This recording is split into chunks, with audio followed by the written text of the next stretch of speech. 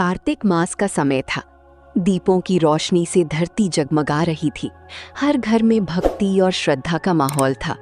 उसी समय एक छोटे से गांव में गंगा और जमुना नाम की दो बहनें रहती थीं।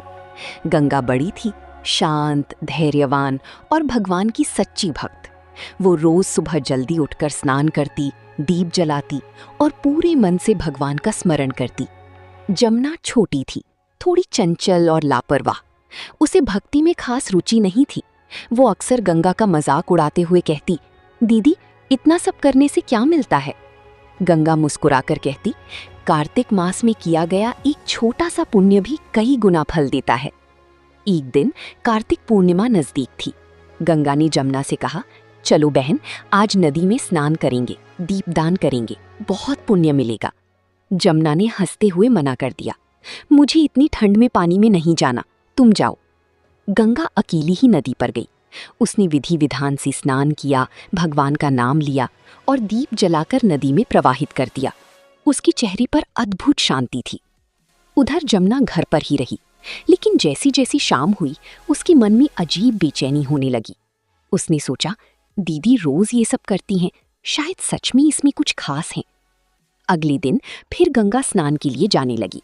इस बार जमुना भी साथ चल दी, लेकिन मन में पूरी श्रद्धा नहीं थी। वो सिर्फ देखने के लिए गई थी। नदी की किनारे पहुंचकर गंगा ने श्रद्धा से स्नान किया, जबकि जमुना जल्दी जल्दी करके बाहर आ गई। गंगा ने दीप जलाया और भगवान से प्रार्थना की, हे प्रभु, मेरी बहन को भी सच्ची भक्ति का मार्ग दिखाइए। तभी एक चमत्कार हुआ। नदी की जल से एक दिव्य प्रकाश प्रकट हुआ। उस प्रकाश में एक वृद्ध स्त्री का रूप दिखाई दिया। उसने दोनों बहनों को बुलाया। वृद्धा ने गंगा से कहा, बेटी, तुम्हारी सच्ची भक्ति से मैं बहुत प्रसन्न हूं। फिर उसने जमुना की ओर देखा, और तुमने आज बिना श्रद्धा के ये सब किया है, इसलिए तुम्हें इसका फल नहीं मिलेगा। जमुना डर गई। उसने हाथ जोड़कर कहा, माता, मुझे माफ कर दीजिए।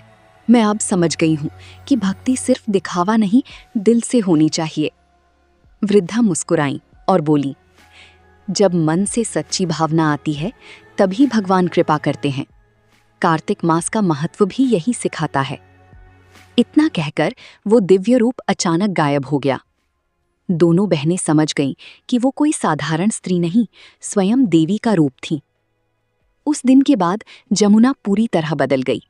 वो भी गंगा की तरह हर दिन स्नान, दीपदान और भगवान की पूजा करने लगी। अब वो मजाक नहीं उड़ाती, बल्कि दूसरों को भी भक्ति के लिए प्रेरित करती। समय बीतता गया और एक दिन दोनों बहनों को उनके जीवन में सुख, शांति और समृद्धि प्राप्त हुई। गांव के लोग भी उनकी भक्ति देखकर प्रेरित हुए और कार्तिक मास में स्नान और दीपदान करने लगे। कहानी की सीख। कार्तिक मास केवल एक धार्मिक समय नहीं है, बल्कि ये हमें सिखाता है कि सच्ची भक्ति दिल से होनी चाहिए, दिखावे से नहीं। श्रद्धा और विश्वास से किया गया छोटा सा कर्म भी भगवान तक पहुंच जाता है।